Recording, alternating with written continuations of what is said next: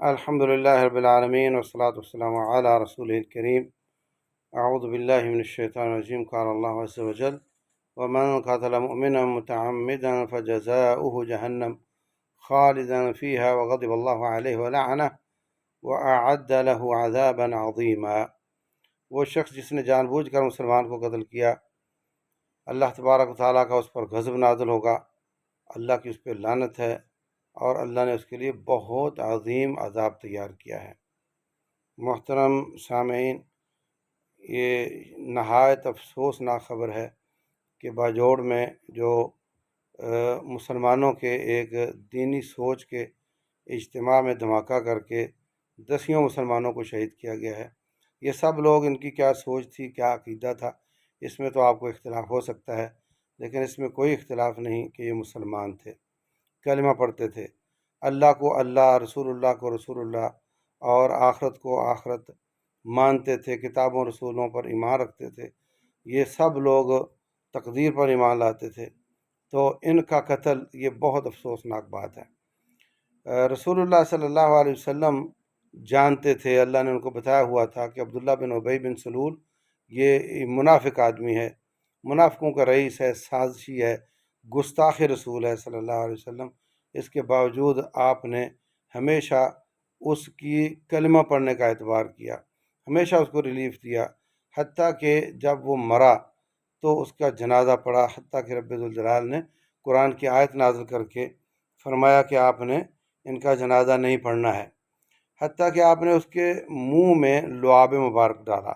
اور اپنے قمیص میں اس کو کفن دیا، شاید کہ اس کی نجات ہو جائے، صرف اس کے کلمے کا پاس کرتے ہوئے، جب کہ اس نے الزام بھی لگایا تھا، گستاخ بھی تھا، منافق بھی تھا، رئیس المنافقین تھا،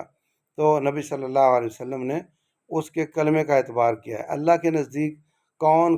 کس درجے کا مسلمان ہے اور کتنے مسلمان شرک کی بنیاد پر، نہ جانے اللہ کے نزدیک کافروں سے بدتر ہوں، لیکن دنیاوی حساب سے ہمیں یہی حکم ہے کہ ان کے کلمے کا اعتبار کیا جائے۔ حضرت اسامہ بن زید رضی اللہ تعالیٰ عنہ کو رسول اللہ صلی اللہ علیہ وسلم نے لشکر دے کر بھیجا، اور وہ جا رہے تھے تو سامنے سے ایک گڈریا بکریوں کا ریوڑ لے کر آ رہا تھا۔ ان کو دیکھ کر اس نے کلمہ پڑھ لیا، اس کے باوجود انہوں نے اس کو شہید کر دیا اور اس کا ریوڑ بھی قابو کر لیا۔ رسول اللہ صلی اللہ علیہ وسلم نے شدید ڈانٹا ان کو، اور فرماتے ہیں کہ ماذا تفعلوا یا اسامہ اذ یأتی یوم القیامۃ بلا الہ الا اللہ، اسامہ تیرا کیا بنے گا جب وہ بکریوں کا چرواہا قیامت والے دن لا الہ الا اللہ پڑھتا ہوا آئے گا۔ اللہ اکبر! لا الہ الا اللہ اس نے پڑھا تھا، یہ کہتے ہیں جی اس نے میرے تلوار کے ڈر سے پڑھا تھا، تو رسول اللہ صلی اللہ علیہ وسلم فرماتے ہیں کیا تو نے اس کا سینہ پھوڑ کر دیکھا تھا کہ کس نیت سے پڑھا تھا؟ اور دوسری طرف لا الہ الا اللہ بھی بڑی بات ہے، کوئی ایسا جملہ بول دیا کسی نے جس کے معانی میں سے ایک معنی لا الہ الا اللہ بھی ہو سکتا ہے، تو اس احتمال کا اور اس شک کا فائدہ بھی رسول اللہ صلی اللہ علیہ وسلم نے اس کو دیا ہے۔ حضرت خالد بن ولید رضی اللہ تعالیٰ عنہ کی قیادت میں جہاد ہوتا ہے، لوگ کچھ پکڑے جاتے ہیں اور ان پر کلمہ کو پیش کیا جاتا ہے، سب کہتے ہیں سبانا سبانا، یہ بھی صحیح بخاری میں ہے، وہ پہلی حدیث بھی صحیح بخاری میں تھی، ہم بے دین ہوتے ہیں، ہم بے دین ہوتے ہیں۔ تو حضرت خالد کہتے ہیں تلواروں کے سائے میں بھی تم بے دین ہوتے ہو، ہر بھائی ہر مجاہد اپنا اپنا قیدی پکڑے اور اس کو قتل کر دے۔ تو انہوں نے قتل کیا، مگر اب حضرت عبداللہ رضی اللہ تعالیٰ عنہ نے نہیں کیا، اور کہا کہ میرا یہ خیال ہے، ان کی باڈی لینگویج یہ بتاتی ہے کہ سبانہ سبانہ میں ہم بے دین ہوئے، ہم بے دین ہوئے سے مراد ان کی ہم مسلمان ہوئے ہے۔ اب یہ کہاں کی کہاں ملا رہے ہیں، وہ کہہ رہے ہیں ہم بے دین ہوئے، یہ اس کا ترجمہ ہم مسلمان ہوئے کر رہے ہیں۔ رسول اللہ صلی اللہ علیہ وسلم کی عدالت میں جب کیس آیا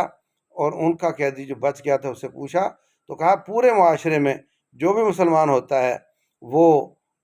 اس کو لوگ کہتے ہیں یہ بے دین ہو گیا، تو ہم اسی حساب سے کہہ رہے تھے کہ ہم بے دین ہوئے، مطلب کہ ہم مسلمان ہوئے۔ تو رسول اللہ صلی اللہ علیہ وسلم نے اس شک کا فائدہ ان کافروں کو نہ دینے کی وجہ سے اپنے ساتھی اور حضرت خالد بن ولید کو اتنا ڈانٹا، فرماتے ہیں کاش میں اس واقعے کے بعد مسلمان ہوا ہوتا اور اسلام لانے کی وجہ سے میرے سارے گناہ اس سمیت مٹ چکے ہوتے، اتنا ڈانٹا رسول اللہ صلی اللہ علیہ وسلم نے۔ تو عزیز بھائیوں، یہ سازشی لوگ مسلمانوں کو لڑانے کے لیے ایک پارٹی کے بندے مارتے ہیں تاکہ وہ ریاکشن میں آ کر کے دوسری پارٹی کے بندے ماریں اور فرقہ واریت کو پھیلایا جائے اور مسلمان آپس میں الجھے رہیں اور یہ ترقی بھی نہ کر سکیں اور دشمن ان سے محفوظ رہیں اور یہ اپنی جگہ پہ غلام رہیں اور کافر ان پر حکومت کرتے رہیں۔ مسلمانوں، اپنی اولادوں کی حفاظت کرو اور ان کے ذہن سازی کرو اور آپس کی لڑائیاں ختم کرو اور آپس میں محبت، اشداء علی الکفار رحماء بینہم بن کر آپس میں رحم و کرم والے بن جاؤ، کافروں کے لیے سخت ہو جاؤ۔ اللہ تبارک و تعالیٰ ایسے سازشی لوگوں کو ہدایت دے، اگر ہدایت نصیب نہیں تو اللہ ہماری ان سے جان چھڑوا دے، ان کو کیفر کردار تک پہنچا دے، اور رب ذوالجلال مسلمانوں میں امن عام قائم کرنے کی توفیق دے، حکمرانوں کو بھی ہدایت دے، عوام کو بھی ہدایت دے، مسلمانوں دینداروں کو بھی ہدایت دے، اللہ تعالیٰ عمل کی توفیق دے۔ واللہ اعلم، وصلی اللہ وسلم وبارک علی نبینا محمد۔